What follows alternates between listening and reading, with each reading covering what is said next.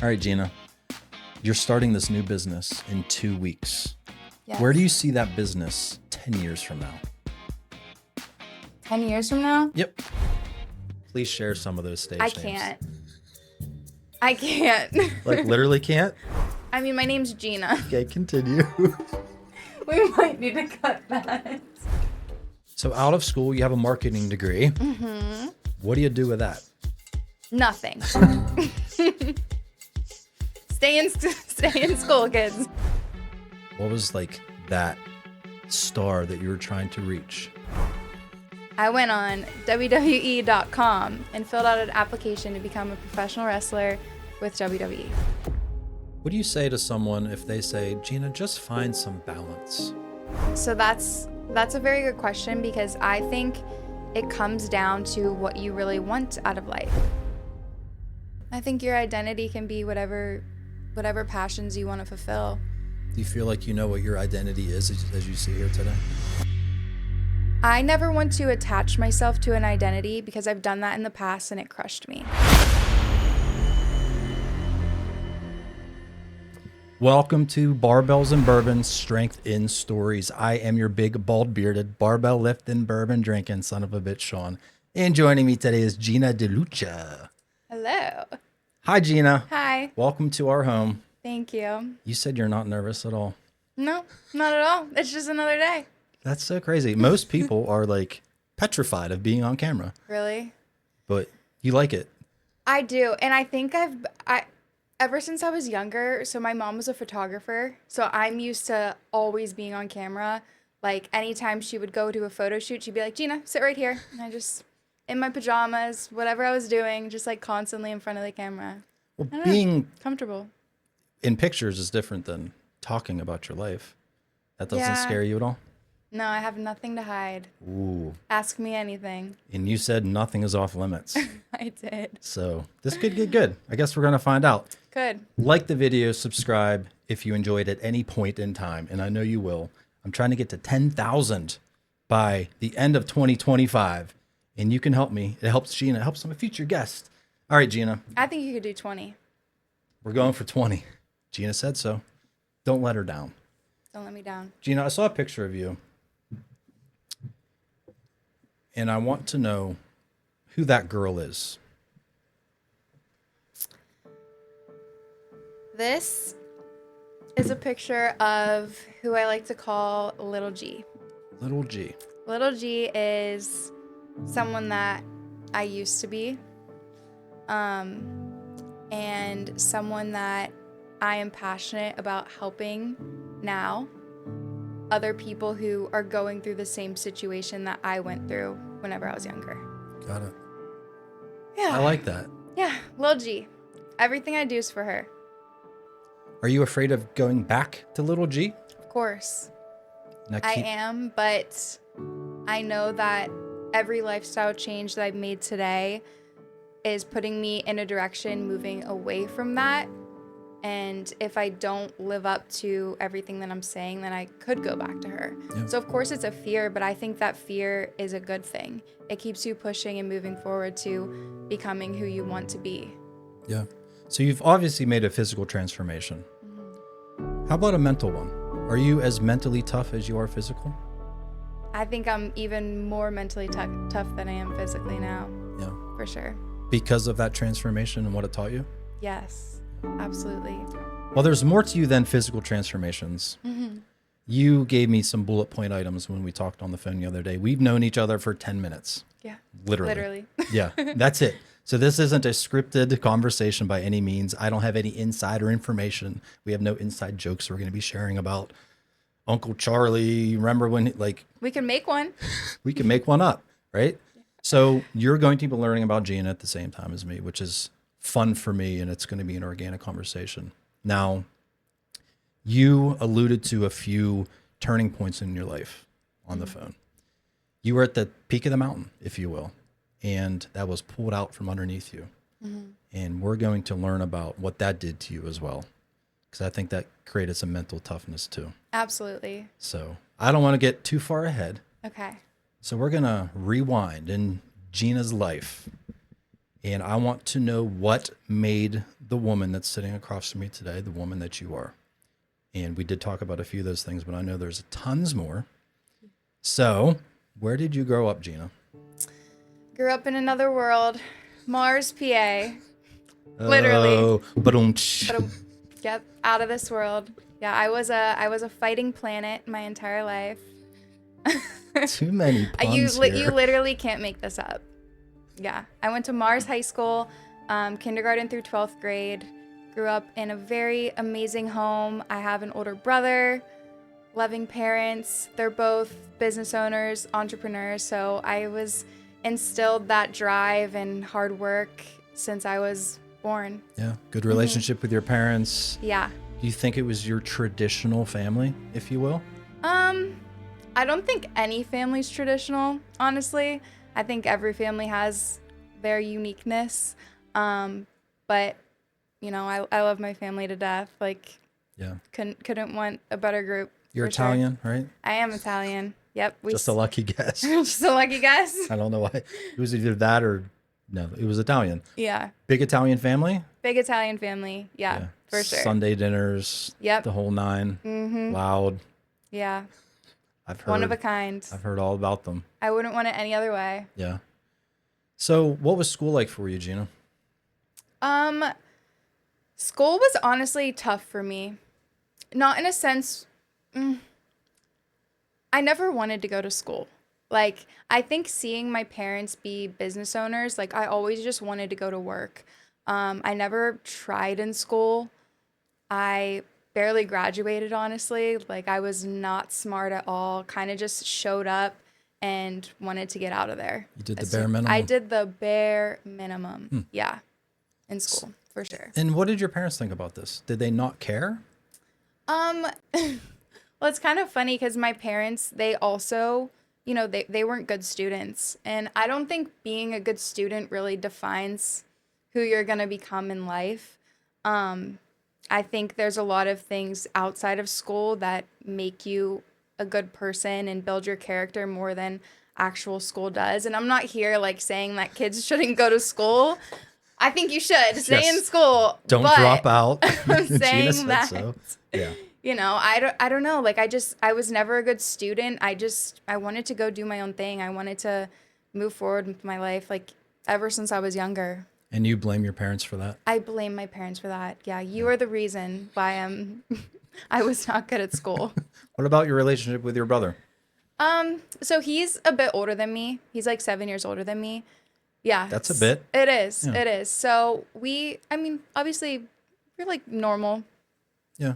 Normal brother-sister relationship. But yeah, as he was a bit older than me, I felt like we never really had like the same friend group or anything like that. Like, we were always in different schools at different times, just in different places in our lives. But as we grow up, you know, you become closer. Yeah. What about your friend circle in school? Were you popular? Were you the shy kid? Tell me about your friends. That's a weird question. Is I don't it? know. I mean, I don't want to say I was like popular, but like I had a really good group of friends. Like I have two best friends since we first started school together till now. Like, we just stayed close. I always keep my circle really small. But yeah, I would say I had a good group of girls. Yeah. For sure, yeah. I didn't know that was a weird question. I don't know, like asking I'm not you if gonna you're say, popular. Like, yeah, I was popular. I mean, look, okay. I had guests here that, you know, said that they were a mean girl. Like, they were a Yeah. complete bitch in school. And I've had others say that, you know, everyone hated them and they were bullied. And I guess I was just trying to figure out where you fell in that. I would say I like was friends with everybody.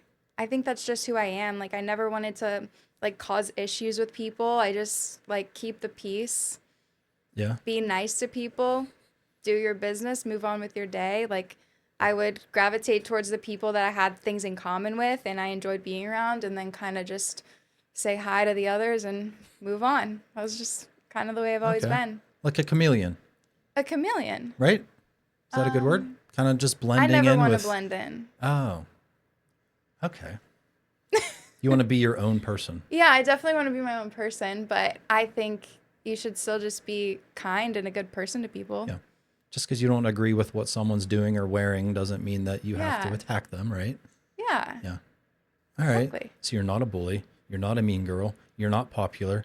I'm just You're Gina. not a, yeah, just Gina. That's it. Just Gina. So what did you do outside of not trying in school and not studying and doing your homework? Did you get into sports at all? I did, yeah. So whenever I was like 2 years old, I started gymnastics. Did gymnastics up until I was a teenager. Got into competitive cheerleading. I always was a huge fan of athletics. I did dance, track, volleyball, did all the sports almost, except for soccer. Everybody asks me that. I'm like, no, I've never done soccer. That's a popular I Pittsburgh know. I feel like area that's thing. the Yeah. one thing that I didn't do. But yeah, so I was really focused on sports. And like I said, I never really wanted to go to school. I just wanted to go Make work money. and make money. Yeah, exactly. Don't we all? Exactly. So how old were you in that picture that I showed you when we started? So, okay.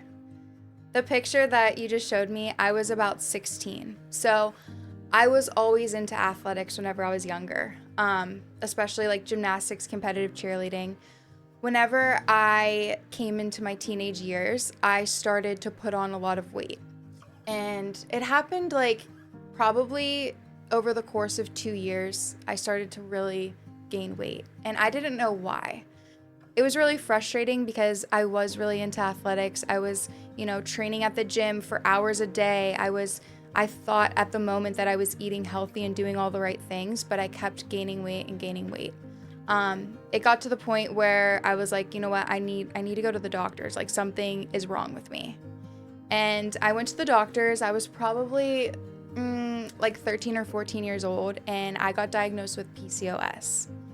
So if you don't know what PCOS is, basically it's actually very common for women to have. Almost 1 in 10 women have PCOS. And it's essentially a hormonal imbalance that goes on.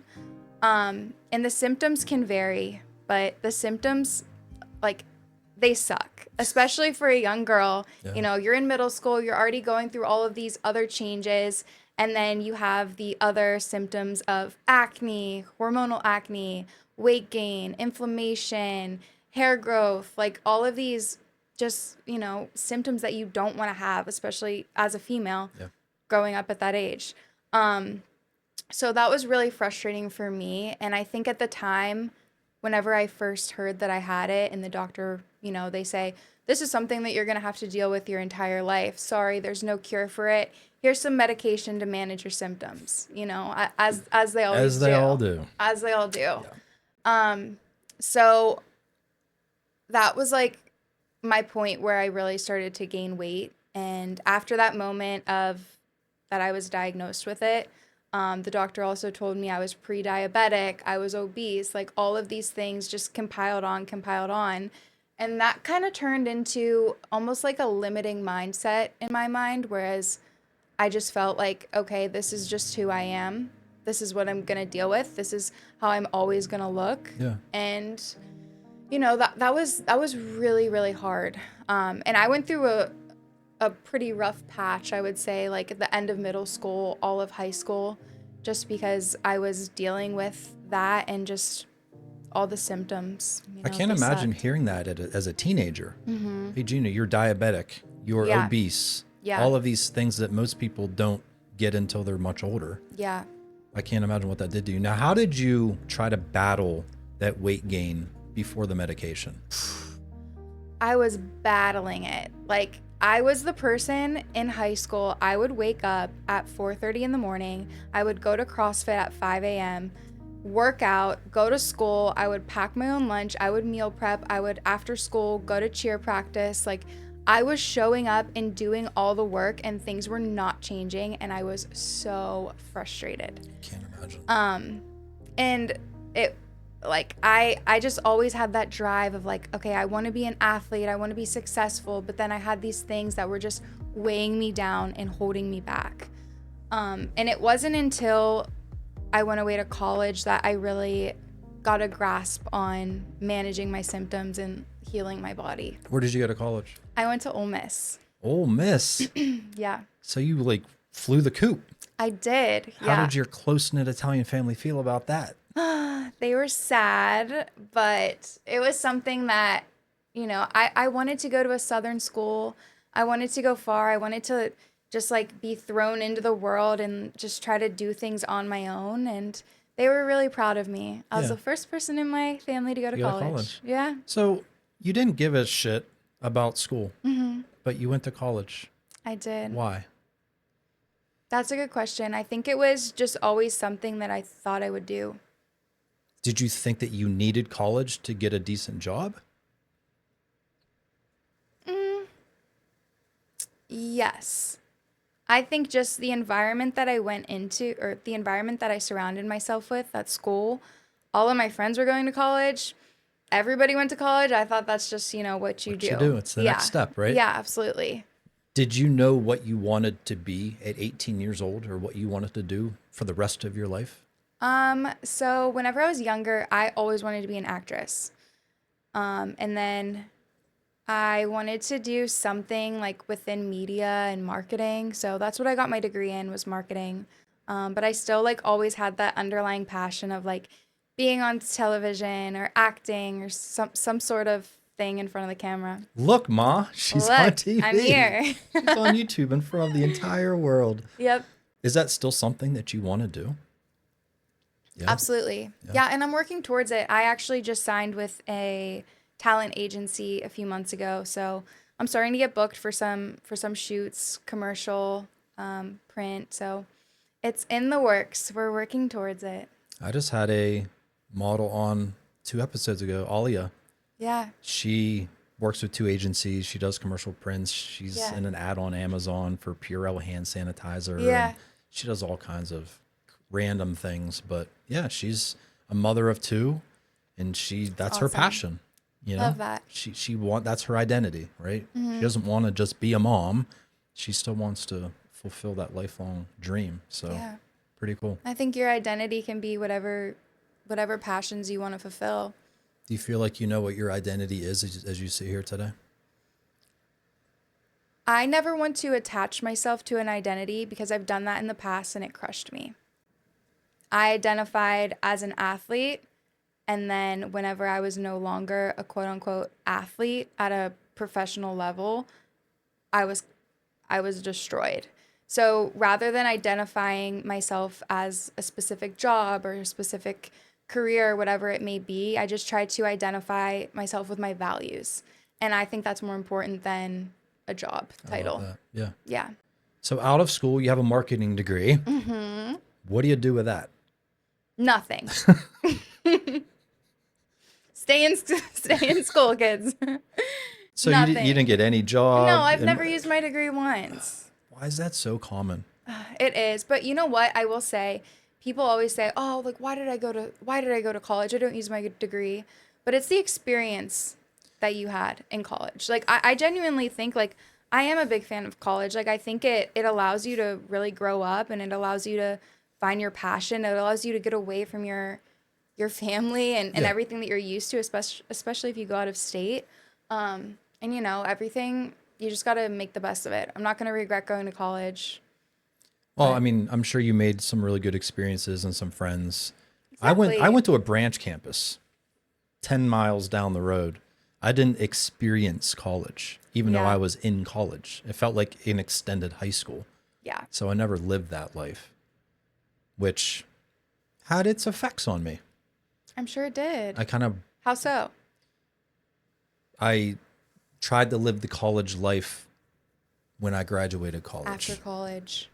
and it got me into trouble. Yeah. So yeah, I was like, I want to see what this feels like. Mm-hmm. So That's common. yeah. That's very common. How do you feel that you haven't used that degree at all that you paid for? Because I've never like had a corporate position that needed a degree. Yeah. Ever since I graduated college, I've just been hustling and creating my own businesses. So I've never really worked for anybody that I needed a degree for. What's the first job that you got? Like ever? Yeah, I mean, you didn't use your marketing degree. Obviously, you had to make some money. So what did you do out of school to make money? I was coaching. Okay. Yeah, I was coaching CrossFit. I was doing nutrition coaching, and then I started my own marketing agency, What's it called? Growth Media. Okay. So what are you doing with that? Are people hiring you to do? Yeah, I do digital and social media marketing for a few businesses in the area. That's all you can say? Yep. We'll leave it at that. I mean, what else do you want to know? It's not that interesting. Well, I mean, it is. My other jobs were way more interesting. Okay. So you have a few stokes in the fire. Yeah. Huh? That's like one of the businesses that I started. Okay. Now, what made you want to be a fitness and nutrition coach? Because of my transformation. So going back to that story, whenever I was overweight, I went away to college and I became obsessed with trying to figure out how to naturally heal my symptoms of PCOS and try to figure out how I can, grasp it and just move on and become better and beat it, essentially. So I did a ton of research. I got certified in nutrition. And then just through my own experiences and trial and errors, I figured out, a way to naturally heal myself by getting in the proper exercise, eating whole foods, thinking about like quality and quantity control of everything that you're putting into your body, managing your stress, and just making, better lifestyle choices. And by doing so, I was able to, completely heal my symptoms. I don't have any symptoms anymore. I'm not on any medications for it.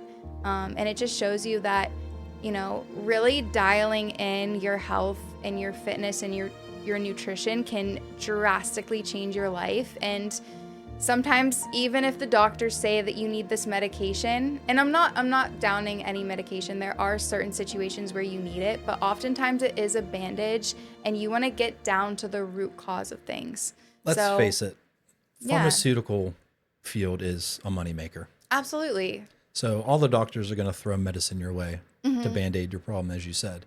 Yeah. There are natural ways to heal certain conditions. Now, there's some things that you just need medication for. For sure. It could be life-threatening situations. I'm on blood thinners because my whole leg clotted. Yeah. There's nothing I can do. Yeah. Eating broccoli won't help that. I don't know if that'd be good or bad if that could, because I don't like broccoli that much. Okay. But yeah, I I have to be on blood thinners probably for the rest of my life. But, cholesterol medication, blood pressure medication, Ozempic, that's not a necessity for a lot of people. People are doing it for a quick fix to lose weight or whatever. But, and I don't want to go down that rabbit hole. Yeah. We don't have to. No. So if you were never overweight, Gina, do you think you would have still gone into that fitness and nutrition world? Yes. But I don't think I would be as passionate about it as I am now. You feel like you can relate to your clients a lot better now? Exactly. I feel like I can relate, and through my own experiences, like I've developed such a passion and care for helping others achieve their health success. So I think it's just deeper now. How amazing does it feel when someone says to you, "You've changed my life"? Oh my gosh. Amazing. Is it amazing? Yeah. I have my own personal training business too. Do you? And that's what keeps me going. Yeah. It's so fulfilling. Yeah. It's so fulfilling. I've thought about hanging it up just because I have this and my real job and a family, but I keep getting those texts once or twice a week from individual clients just saying It really keeps you going. it's just like, how can I step away from that? So Yeah. What did you do after you became a coach? What was like your dream fitness endeavor that you had? What was like that star that you were trying to reach? Here we go. Here we go. So, I was competing in CrossFit at the time. Was loving it, but getting very burnt out of it and realizing that I didn't see myself pursuing a career competing in CrossFit, and I wanted something more. So, I went on WWE.com and filled out an application to become a professional wrestler with WWE.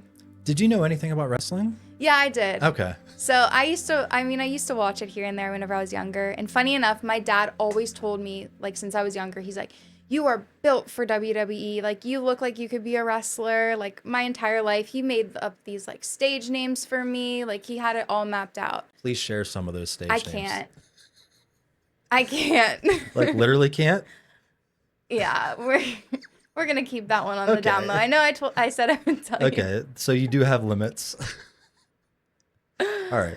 Oh boy. I'll just use my imagination. I mean, my name's Gina. Okay, continue. We might need to cut that. No, we're going. All right. Anyways.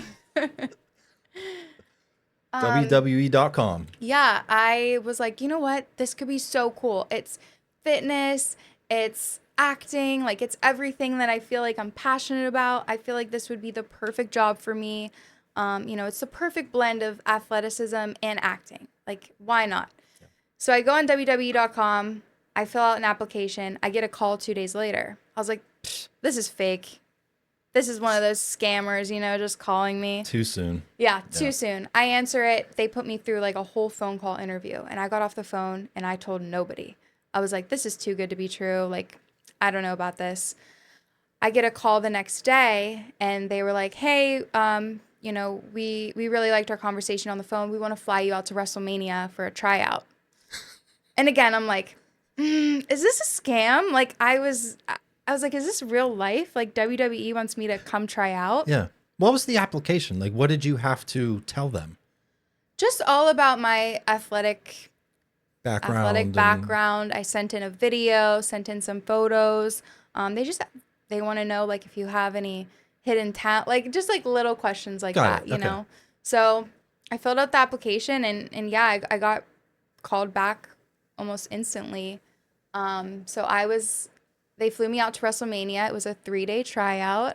They tested everything. They tested your athletic capacity, your acting skills, character. They had us get in the ring and like start to do some movements. And I had no wrestling experience going into that, but nobody else did either. Okay. So there was 50 of us. At the time, WWE was looking for college athletes that had no wrestling experience because they wanted to build them from the ground up and teach them their ways. Not break any bad habits or anything. Exactly. So it was a great experience. And on the final day, I got called into the office with Triple H and he handed me a contract and said, will you move to Orlando? What? In like a month. Holy shit. Yeah. What year was this? This was 2022. That's like it was recent. Yesterday. I know. So this is fresh. Yeah, it's pretty fresh. Yeah. Okay. So? So? Continue. Yeah, I mean, I packed up my bags and moved to Orlando and started training. So their headquarters or their performance center essentially is in Orlando. So we would just get up every day, wrestling practice, acting classes, strength and conditioning, just machines training nonstop. So what was acting class like? So there's a lot of like character development that goes on. So they just want to get you comfortable being in front of the camera and pursuing, a character, developing different acting something skills. Unique and your own identity, right? Exactly. Yeah. So how many weeks long was that training? So I was at the Performance Center for about 1.5 years. So you're training. Mars, you're on Mars. Then you go to Ole Miss. Mm-hmm. Then you came back home for a little while to Mars. Now you're in Orlando. Yeah. Okay. What was Orlando life like? It's not all Mickey Mouse as you would think. Yeah. Yeah. I mean, it was good. Yeah. It was Florida. It was warm. But, yeah. I mean, I was there for one reason only. Just to train. Yeah. So how much did you grow in that 1.5 years, like mentally and physically, from the day you walked into that training facility to the end of that term? Like, Walk me through the transformation that was made. I was transforming every single day. You know, going into a place like that, there is a lot of pressure on you. And I always say, like, pressure is a privilege, and pressure makes diamonds. Like, that's how you grow. So I think I had a lot of growth there. Just trying to figure out mostly who I am. And I think that was the biggest lesson I learned while being in the developmental program, is I really figured out who I am, what I'm passionate about, what my purpose is in this world. And yeah, there was a lot of growth. What wrestlers did you meet in this process? Just about all of them, Really? honestly. Yeah. John Cena. I remember one day I was training in the ring and I turned around and he was there. What did you Cool. think? Were you, I mean, do you get like starstruck? I don't get starstruck. I just like, I want to learn more about them, Yeah. you know? So I think You it's should more start of a like, podcast. I know, I should.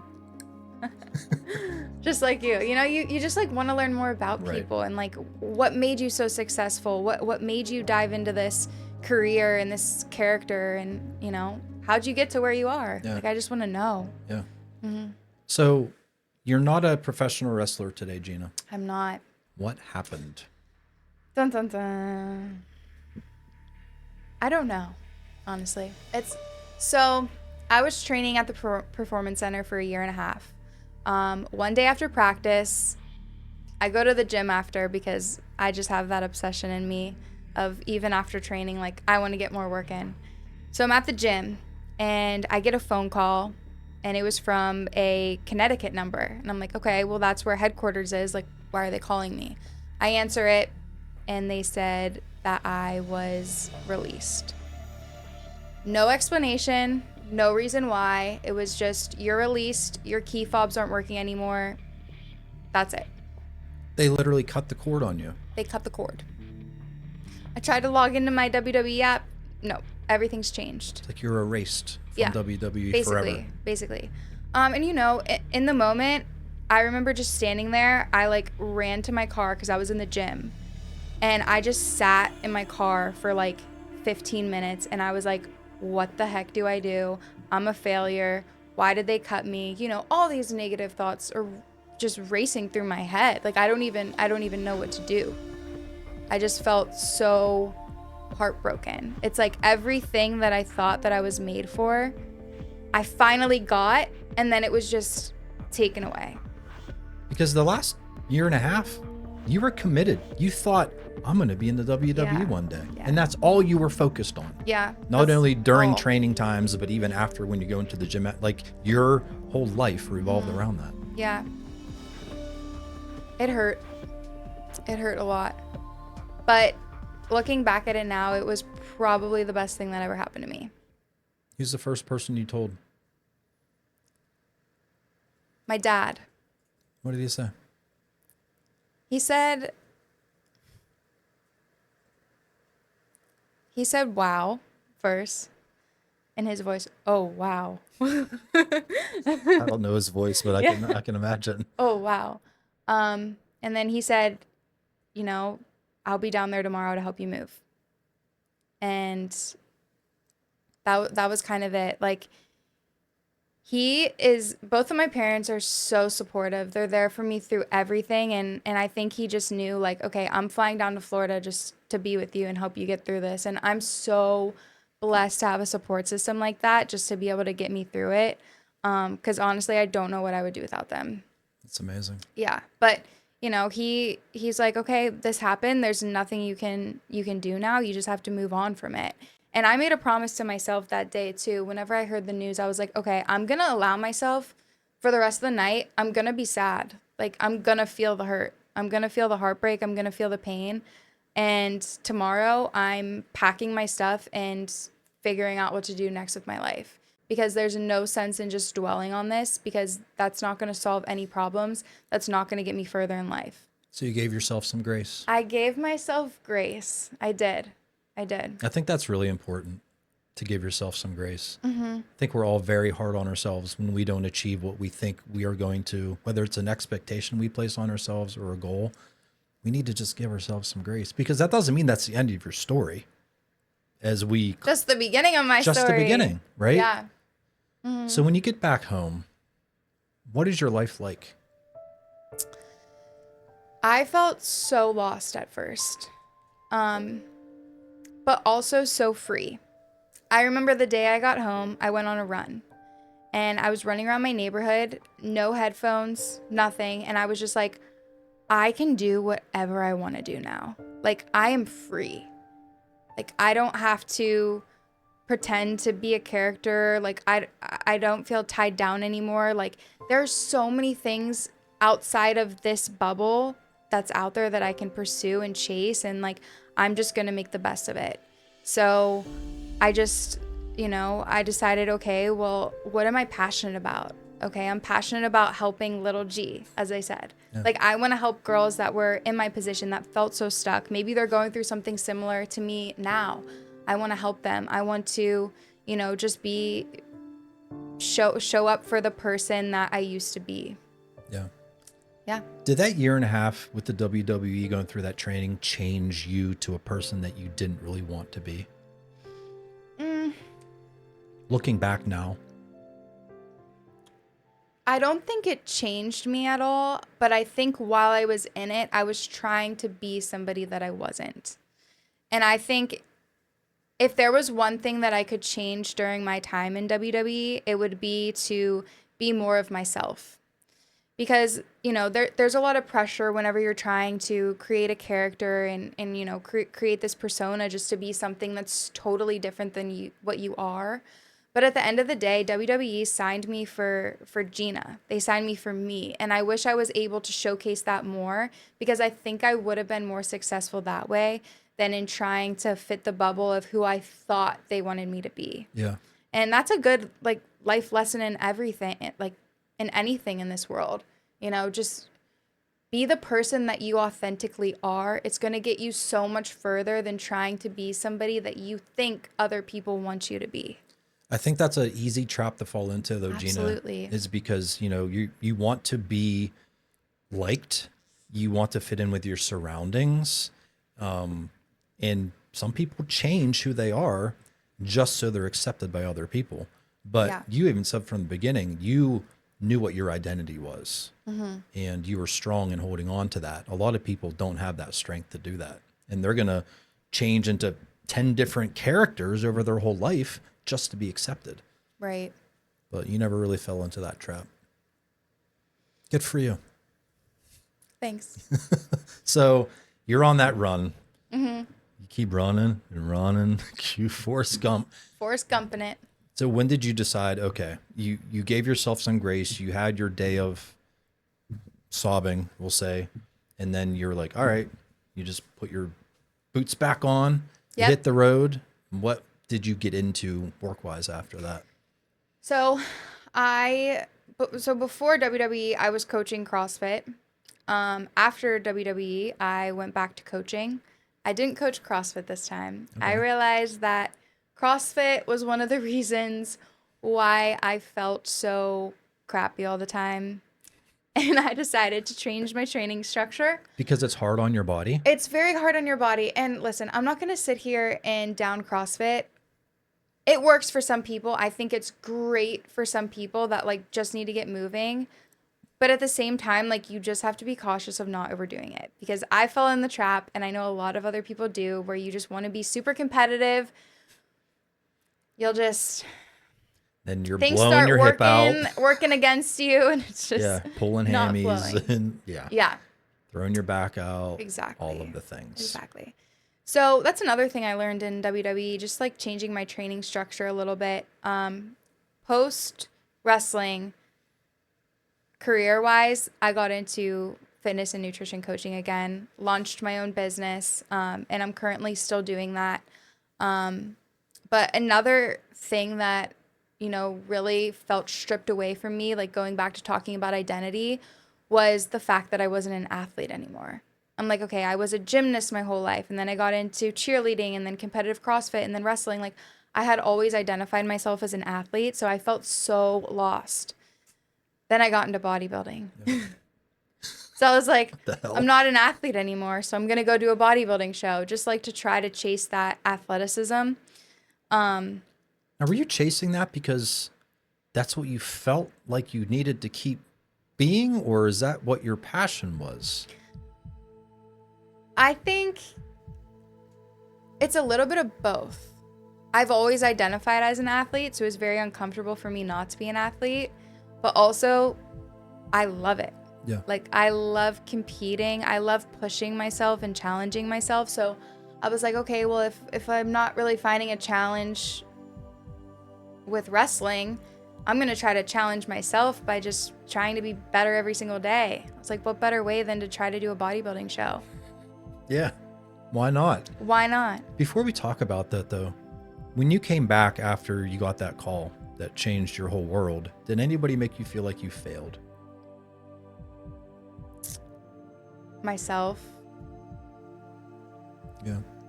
I think, yeah, I would just say myself, because I do tend to set very high standards for myself, and I know a lot of people do, but nobody made me feel like I let them down or that I failed. Like I said, I come from a very, very supportive family and friend group, but it was just, it's almost like you just let yourself down. And I walk away just having questions.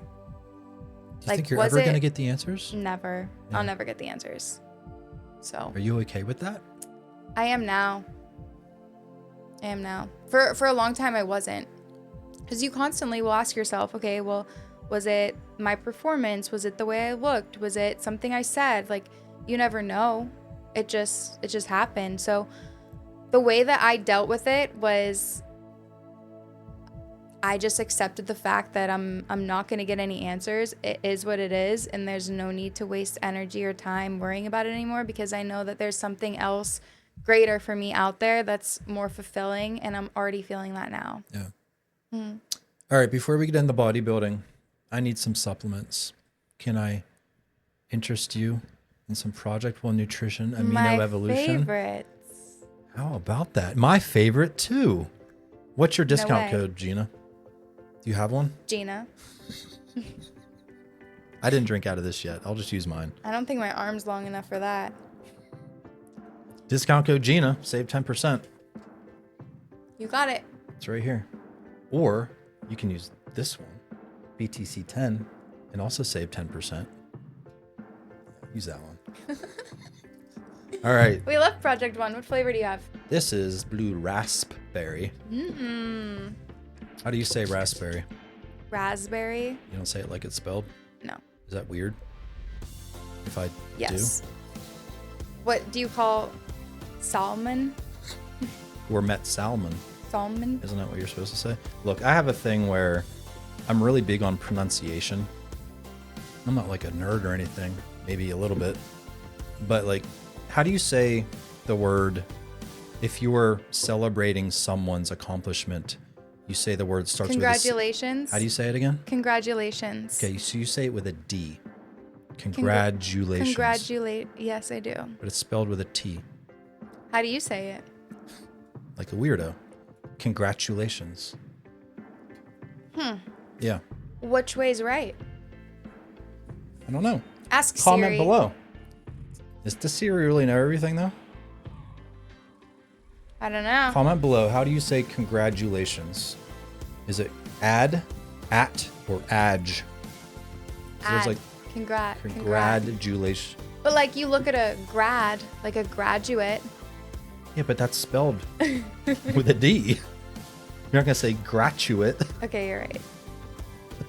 gonna start saying gratuate. People are Graduate. like, where are you from?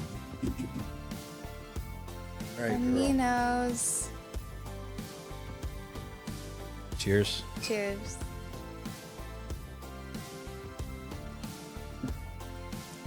So good. Why does it taste better out of a cup like that? Everything tastes better out of a cocktail glass, Gina. You didn't I know don't that? drink them. I don't know. And I want to ask you why, but no artificial colors. That's true. All natural. Go Project One. The best. I feel better. I think I was a little dehydrated. Must have on been. my coffee. That does dehydrate you. It does. So, I know a lot of you wake up in the morning and first thing that you do is drink a cup of coffee. Stop doing that. Do you know why? Do I know why you're not supposed You shouldn't to? drink a cup of coffee right after you wake up. It spikes your cortisol. That and the acid. Oh, and your stomach. Yeah. Eats away. No It's bueno. bad for your gut. Mm-hmm. Drink your electrolytes. So yeah, Project wake One, up, Code Gina. drink, or nah, I'm not going to do that again. Bodybuilding. Another goal for Gina, because you wanted to feel like an athlete. How did you start training for it? Yeah. It wasn't only just feeling like an athlete. It was something that I've always had in the back of my head to accomplish. You set like these little like life goals for yourself, right? Bucket list. Bucket list, I would say. And I've always wanted to see like what my body could look like on stage. You don't think that you felt like you've reached your potential with the wrestling thing? Because I'm sure you're training balls to the wall in every aspect of life and your No. nutrition's on point. You felt like you still hadn't reached your limit or potential? I think it's different whenever you're training for performance rather than aesthetics. Got it. And I've always wanted to train for aesthetics. I've always wanted to see, what I could do, what I could transform my body into. Especially somebody with PCOS. They always say that you can't do that. And I'm like, I can. This girl's gonna. I can. I'll show you. Yeah. But yeah, like my whole life I've been training for performance. I'm like, I want to do this for me. I want to see what I can do. I want to push myself. I want to challenge. And it was a great experience. Yeah. What category did you? Bikini. Bikini. Okay. How much weight did you have to lose by the time you started your prep and your stage?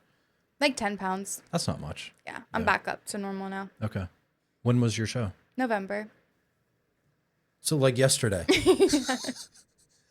I'm talking to you like this stuff was like back in the day. No, it was a few months This is ago. all very fresh. Yeah, Okay. it is. But Did you have part a of coach? life. I did. Who did you pick? Shelby Pierce. Okay. She was phenomenal. She lives in California, so everything was remote, but she was great. Yeah. I learned a lot. What did you learn the most about bodybuilding? Oh, that's a good question. I think I learned attention to detail. Attention to detail. You have to be so precise on everything, like down to the grams of water that you're drinking. And I think it was just a really good experience and very eye-opening to just realize how every little thing that you put into your body affects you and can affect everybody differently, right? Yeah. Like towards the end of my prep, I was having like some intolerances to specific foods, and I would notice that I would get like super inflamed eating specific things that, could be labeled as healthy, but for me, it just wasn't working. So I had to stay away from them. And I think that's really important for people to just realize that everything you put into your body does matter. Yeah. That's what makes a good coach, is someone who Yeah. is going to not give you a cookie cutter approach to things and actually listen to each individual client's body, right? Yeah, But you also have to communicate with your coach, absolutely. because if they don't know what's wrong, they can't fix it. Talking to all of y'all. You know who I'm talking to if you're watching this. Yeah, you too. Yeah. You too. And you. Anyways, what did it teach you mentally?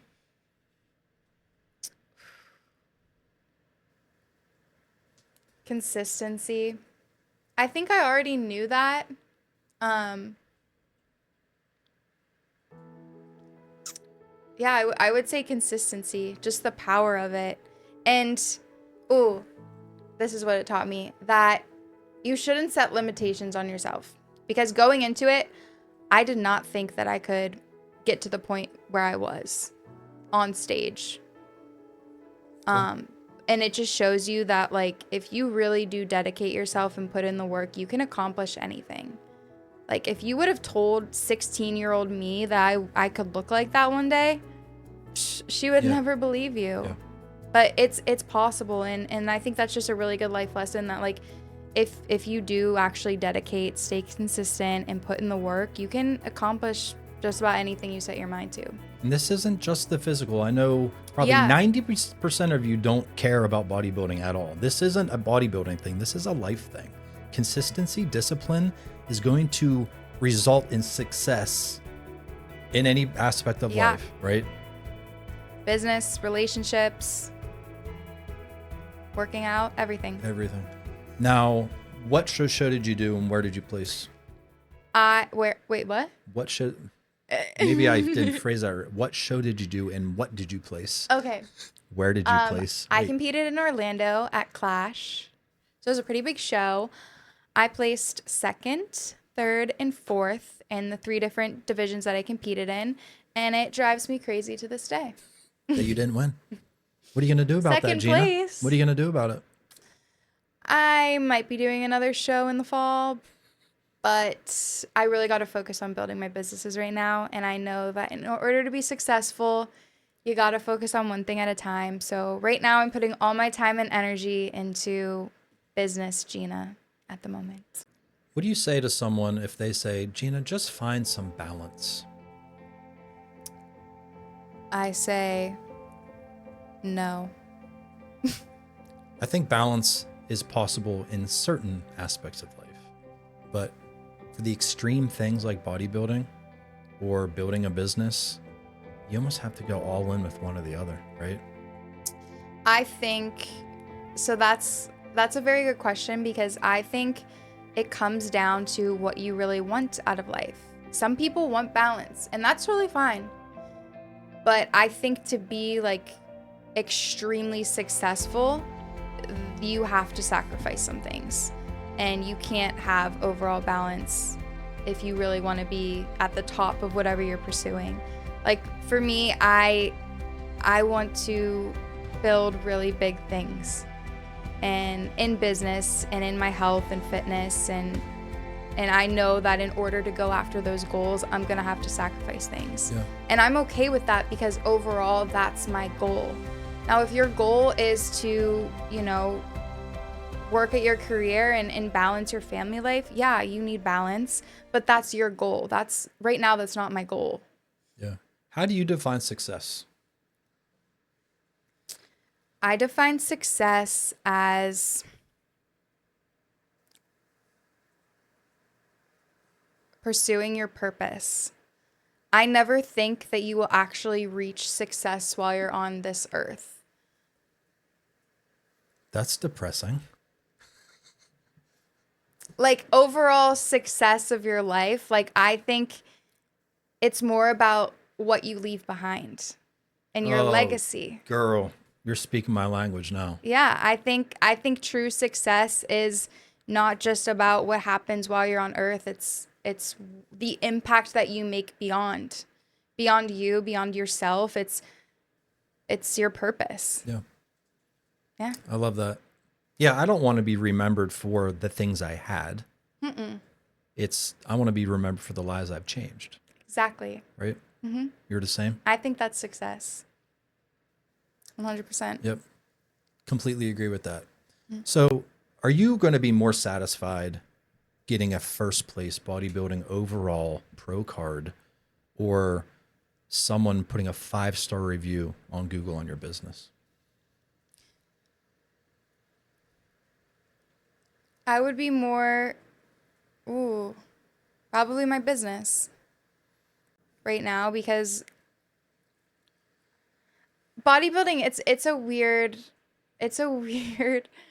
sport, I should say, because it is very, up in the air on who wins. So the reason why I did bodybuilding was mostly for me versus me. I know I said that it drives me crazy that I got second, but that's just like the competitiveness in me. But at the end of the day, like I did win in my mind because I beat the person I was the day before.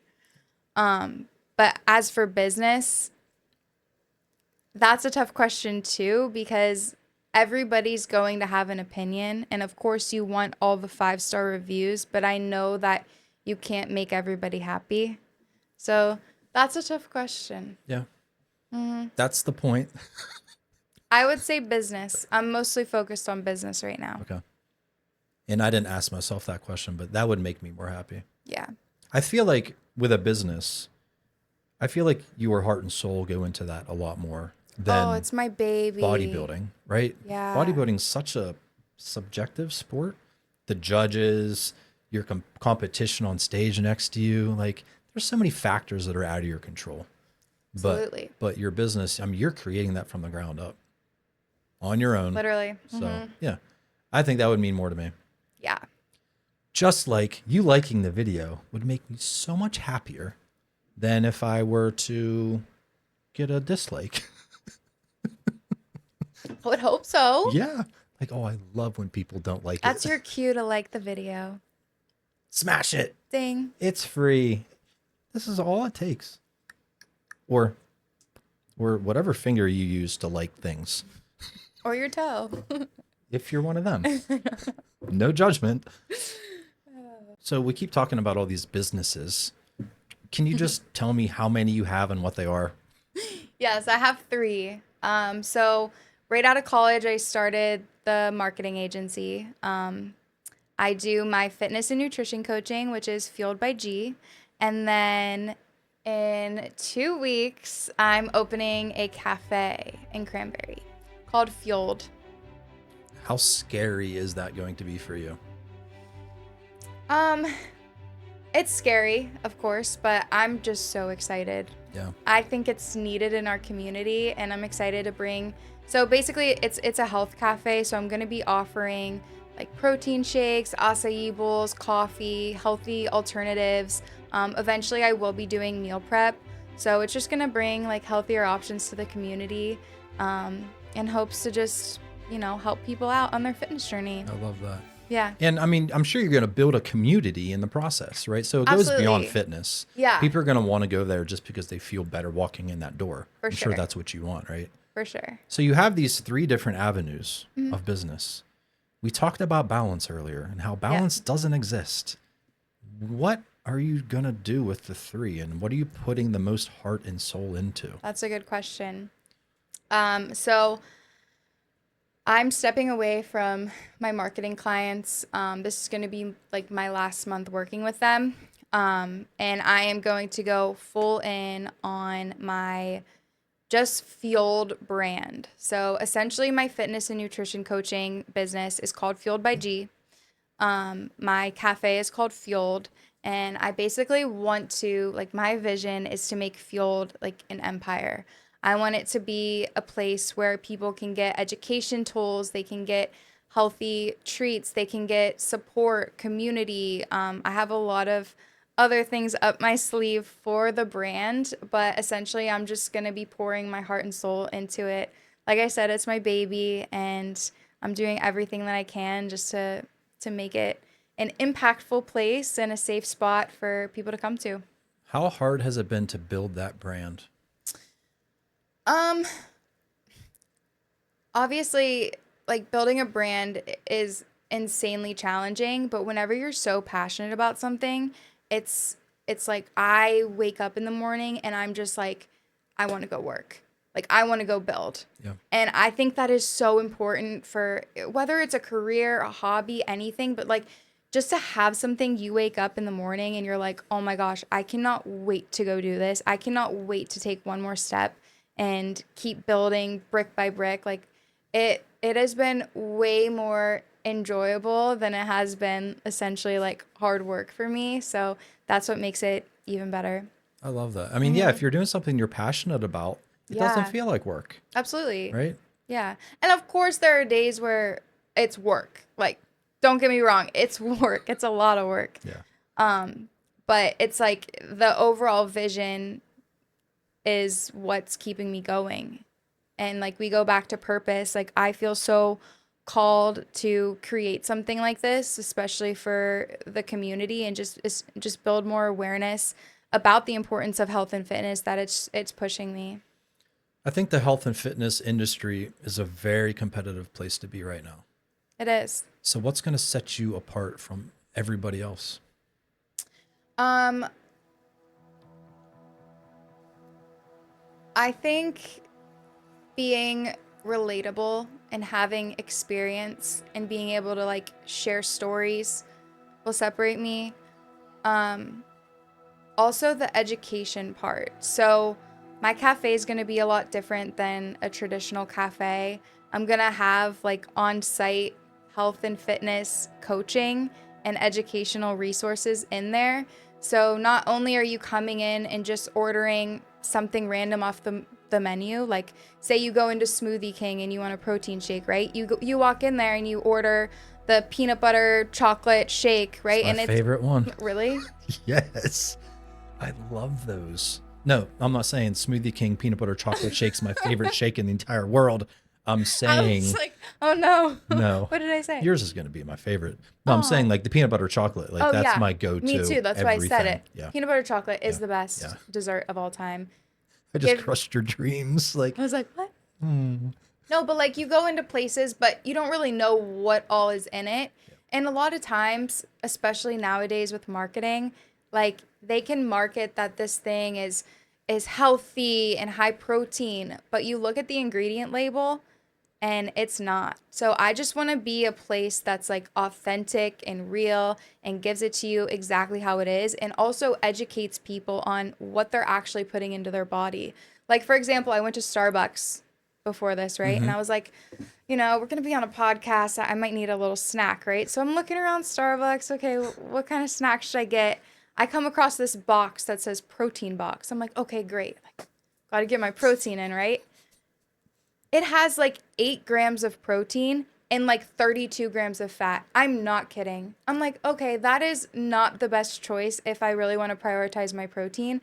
But for the average person that's going in, they're like, oh, protein, perfect. I need to eat this. But they don't actually know what's in their food. So I want to be a place that's real and will educate you on exactly what you're getting and make sure that you're getting all the right nutrients to become your best. I call that the protein epidemic. So you know what I'm talking about. Oh my gosh. Everything is me crazy. protein this, protein cereal, protein bar, protein drink.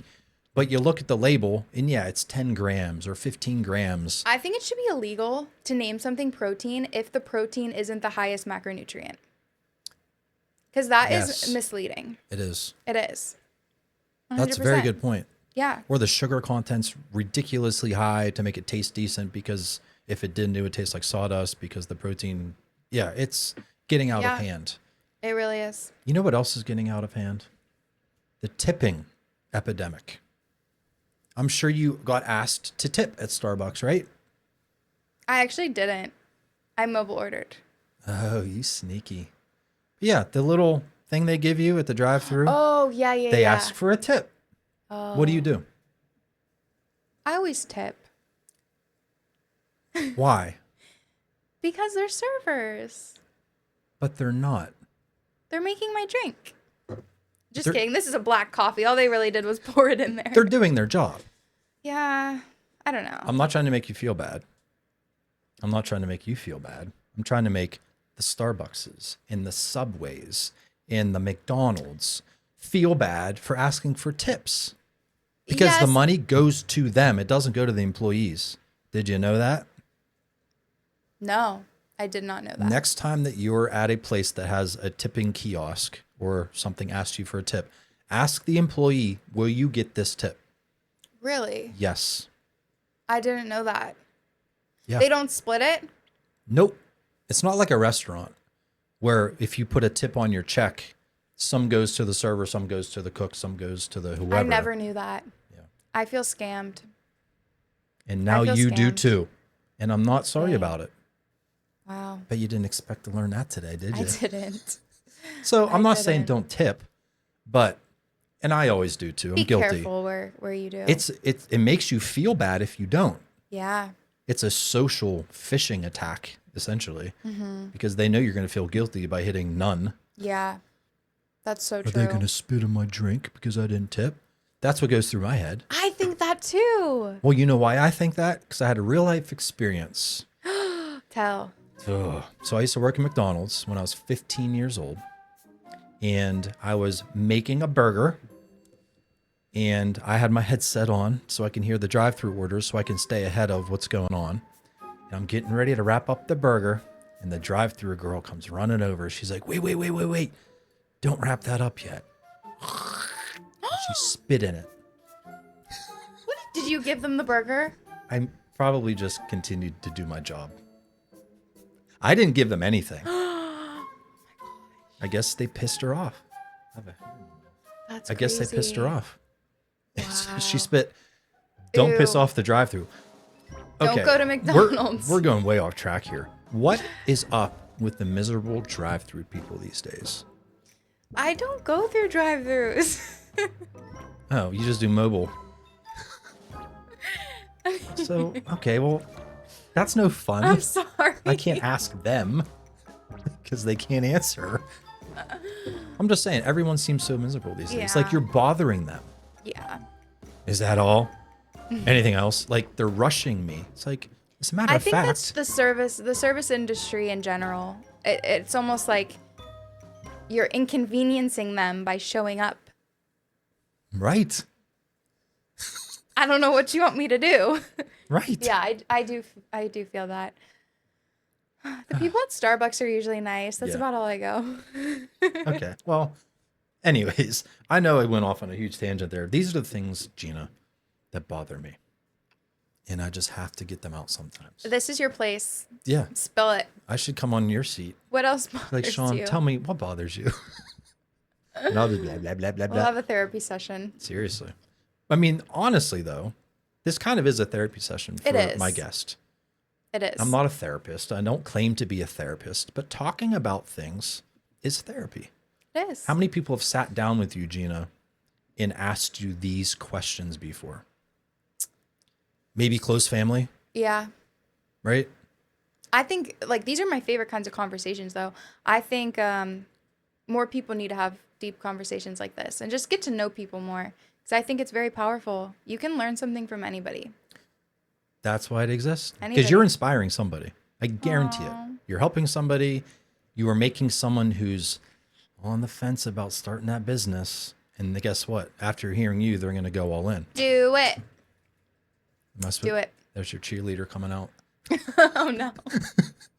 That totally was. Yeah, that was total cheerleader vibes. Yikes. Yeah. I'm not going to fault you for it. That's who you are. It is. Take it or leave it. What the hell were we talking about? Oh, you're okay. Fueled Cafe. What's the address so I could put it on the screen? 20550 Unit 5 Route 19 Cranberry Township, PA. It's a strong address. It is. It's in Piazza Plaza. Crazy. Why? That even rhymes, kind of. Yeah. Piazza I Plaza. had to pick an Italian plaza. When do you open? What's the date? I open on April 26th. So that is 2 weeks, in about 2 weeks from when this episode comes out. How many employees are you going to have? Have you hired anybody Right yet? now I have 3. Okay. Yes. Yeah. So that's another thing that I'm really, really excited about. I have 2 girls coming on that are athletes. And my whole point of, hiring employees is I want to be a good mentor for them. I want them to really educate themselves in fitness and nutrition. And I'm going to help them and guide them along the way so we can have like nutrition seminars there. We can have one-on-one consultations and just, be a place that serves food, but also will serve you education on everything you need to know to become successful in your fitness journey. Have you ever had employees in any of your businesses before? No, How do you feel about having employees work for you? I'm so excited about Yeah? it. Yeah. Are you afraid you're going to be a good or bad business owner? No, You're so confident that you're going to just crush it. obviously I know I'm going to make mistakes.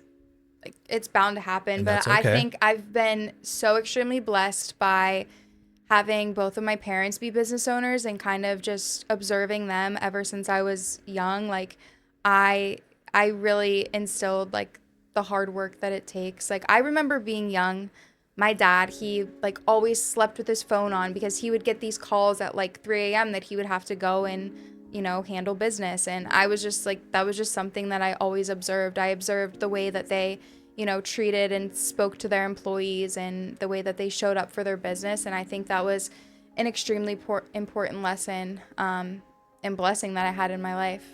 So if your dad was a coal miner and your mom was a seamstress, do you think you would have the same passion to be a business owner today? I know that's a completely like hypothetical question, but do you think they really kind of instilled those values into you that much? That's where like the nature versus nurture conversation comes up, which I'm always so interested about. Um, but I think it's been instilled in me. Yeah. Like, I genuinely think that, like, deep down, I've always wanted to create something. I've always wanted to leave an impact and build something. Like, I'm genuinely obsessed with building something that will help other people and just be impactful. So, yeah, I think it's in my blood. It sure sounds like it. Now, who inspired you? And I'm not talking about your family or your friends. Was there any in particular like brand or influencer or business that inspired you to do this type of cafe? No. I don't know what it was, honestly. I didn't think I was going to start a cafe until January.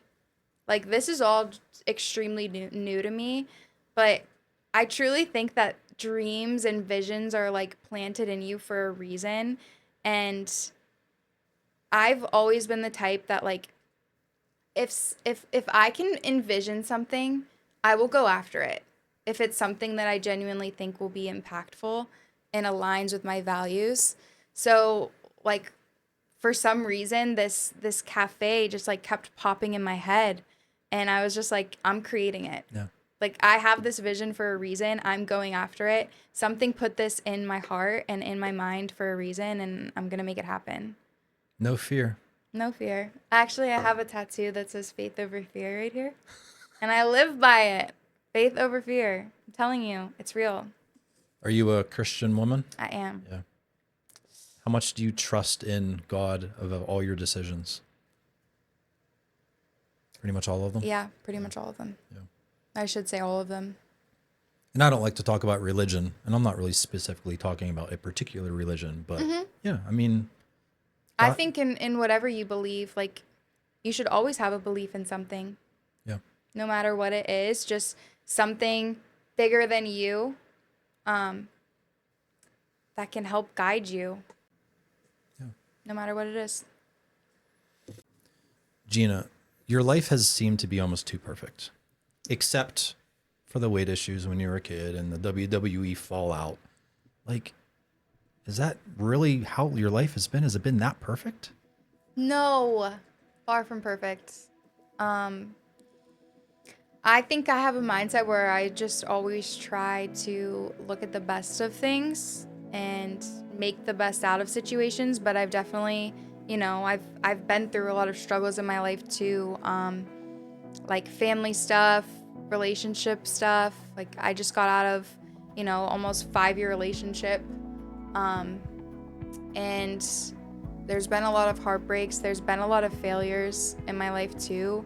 I just decide not to dwell on them and move forward, because, you're always going to go through hard times. Life is not linear. It's full of ups and downs, and you give attention to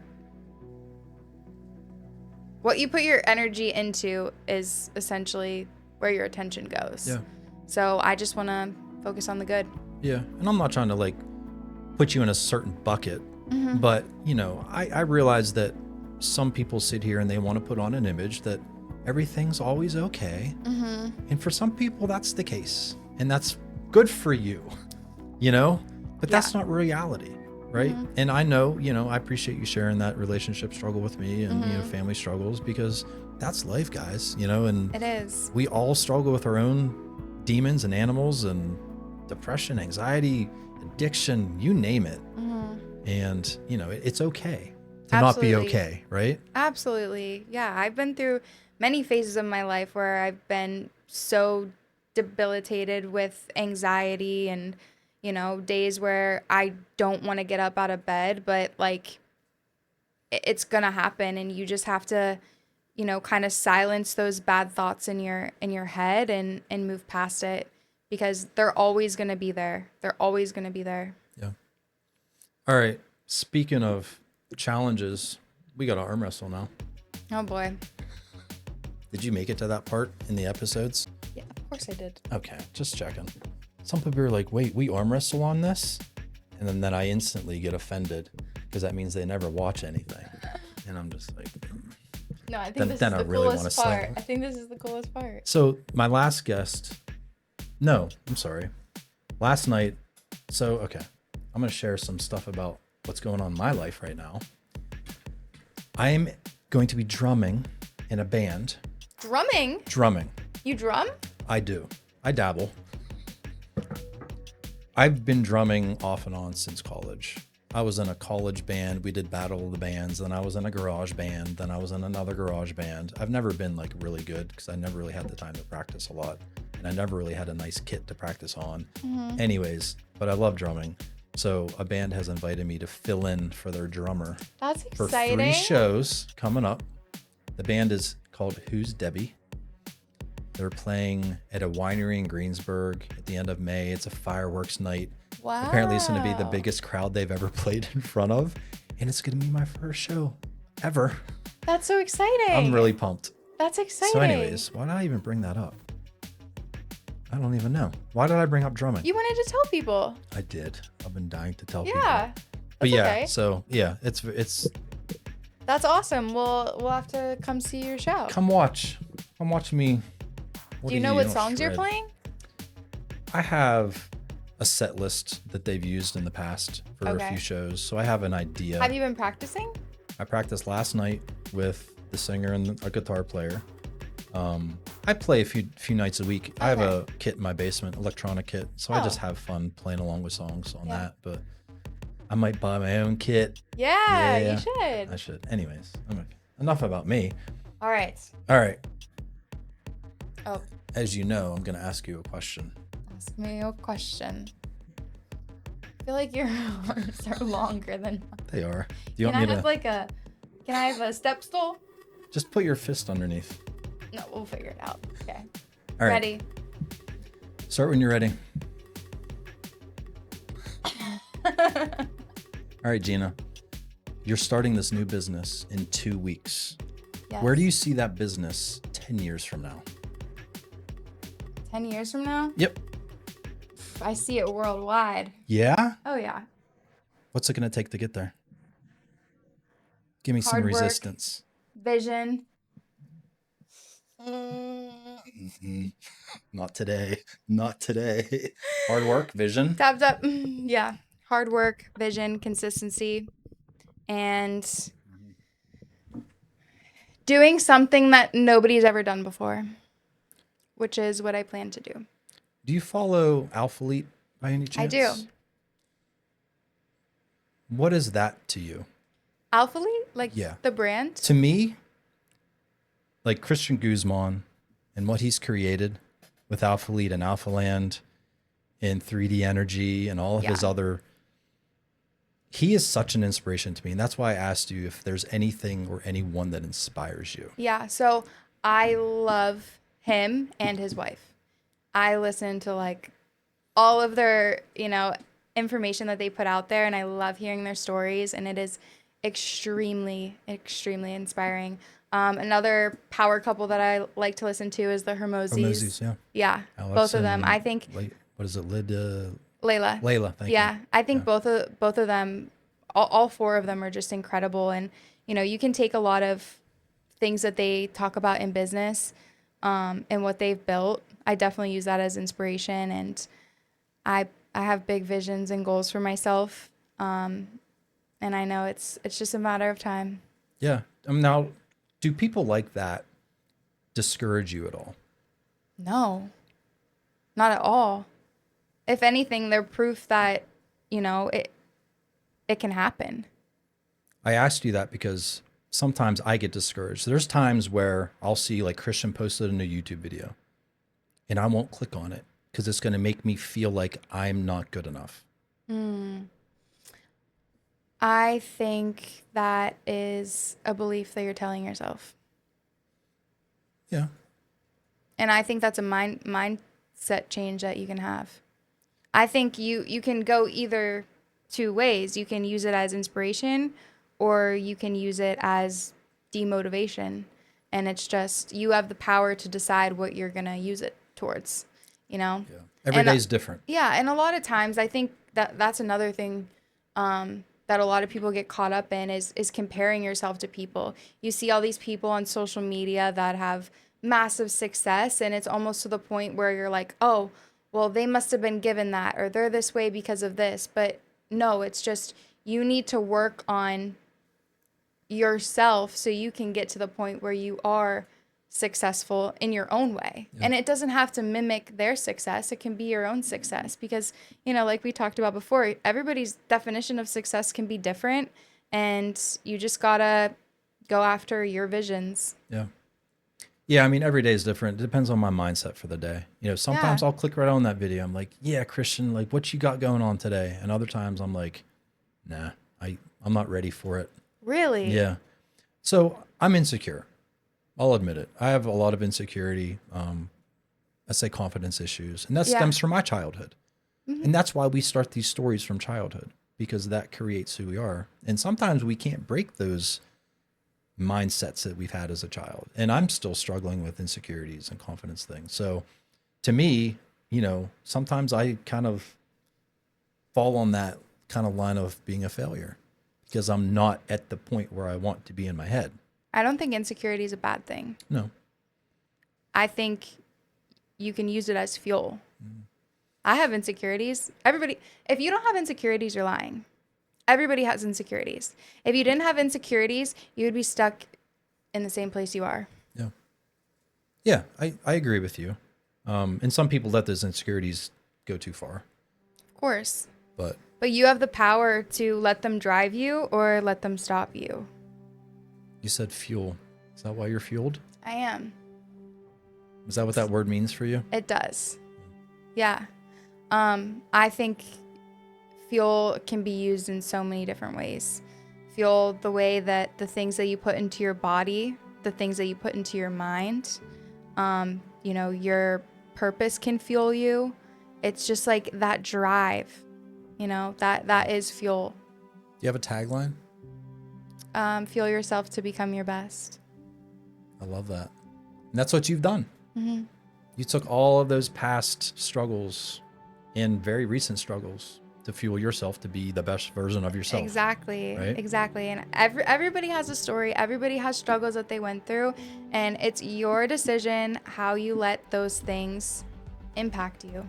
Yeah. Some of the most successful people on earth have been through the worst situations. And those situations made them who they are. If anything, like, I'm kind of jealous of people who had like a super, super hard upbringing because it made them so mentally tough. Yeah. Like the toughest people I know, they always have like the craziest past. It's like, yeah, like look how much they've grown. Like that's a superpower. Those are the super humans, you know? I think if you put 100 of the richest people in the world in one room and you asked every single one of them, have you ever been broke before? I bet you at least 90 say yes. 100%. Right?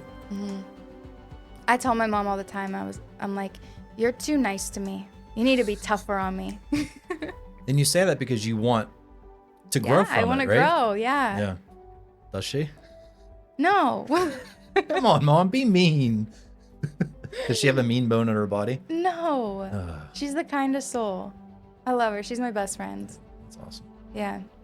Well, Gina Delucia, it's been awesome having you. Thank you for sharing your story. Of course. Thank you for having me. Like the video because I know you did. Subscribe. We're going to how many? 20,000? 30,000? 10 is too low. How about 100,000? Why not? I think you can do it. I see it. Me too. Watch one of these episodes, subscribe, and I will see you on the next episode of Barbells and Bourbon. Peace. Dun dun dun.